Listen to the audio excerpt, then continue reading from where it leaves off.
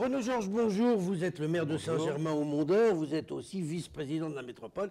Et avec 9 de vos collègues, vous venez de réunir un groupe qui s'appelle Demain la métropole. Et vous avez fait publiquement allégeance à Gérard Collomb. Alors, je voudrais d'abord savoir, vous lui avez pardonné d'avoir sacrifié les maires des petites communes sur l'autel de la création de la métropole ? Alors, deux mots, puisque vous attaquez directement, je crois, le sujet. Allégeance est un mot un peu rapide. Il me semble simplement que dans ce communiqué, nous nous sommes exprimés pour dire plusieurs choses. La première, c'est que Gérard Collomb avait conçu la métropole de Lyon en 2015 et que par conséquent, il ne nous semblait pas opportun de le mettre à l'écart des réflexions pour son avenir. Ça me paraît être du bon sens.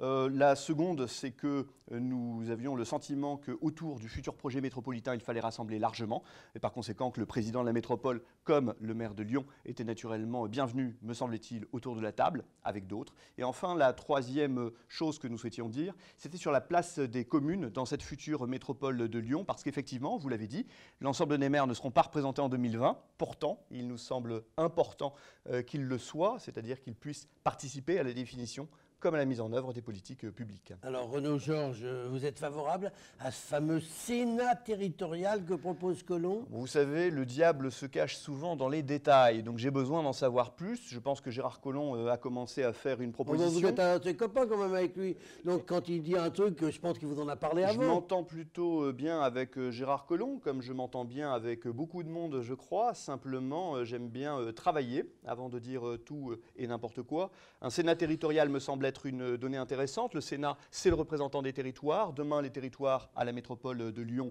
ce seront les communes.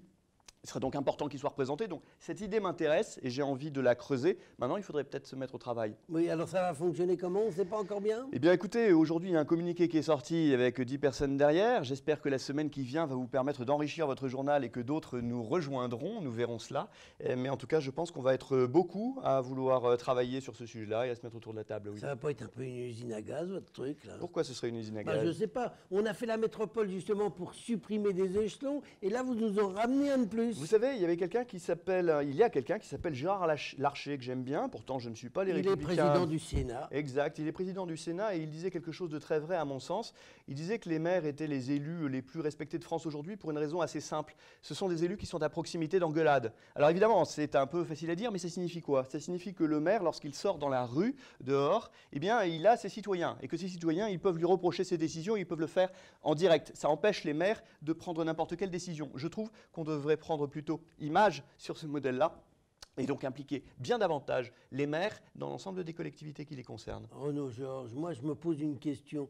C'est Gérard Collomb qui a inventé la métropole. C'est lui qui a pondu la loi qui a permis à la métropole d'exister.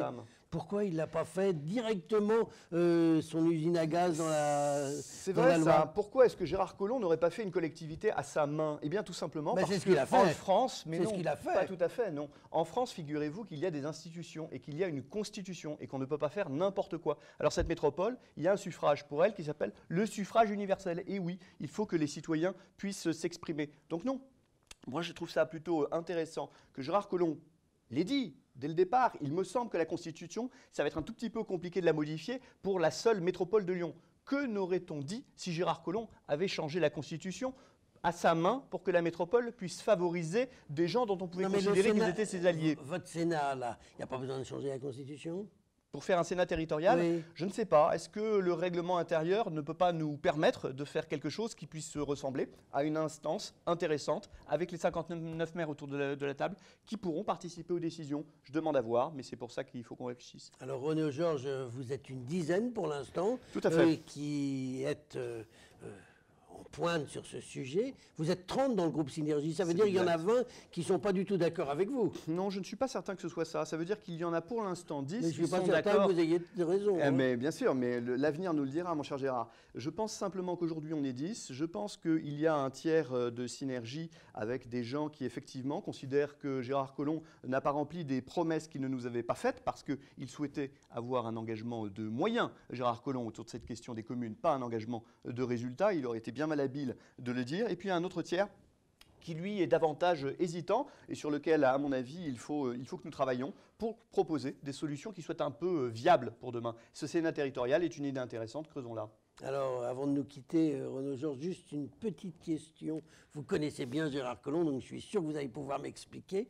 Et il est revenu, il a lâché son ministère, il est revenu, il s'est fait élire maire de Lyon, mais son objectif, c'est de présider la métropole en 2020.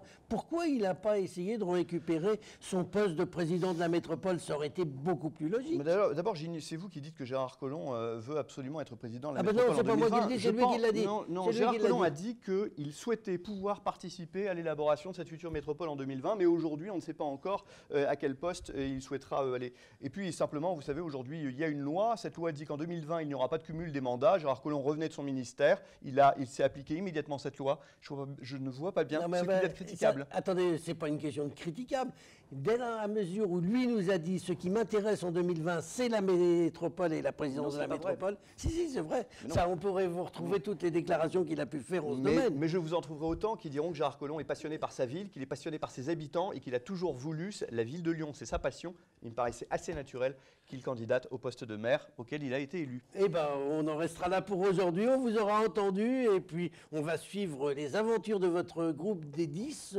Peut-être plus demain, comme vous nous l'avez dit. Renaud Georges, je vous remercie. Je vous remercie, Gérard.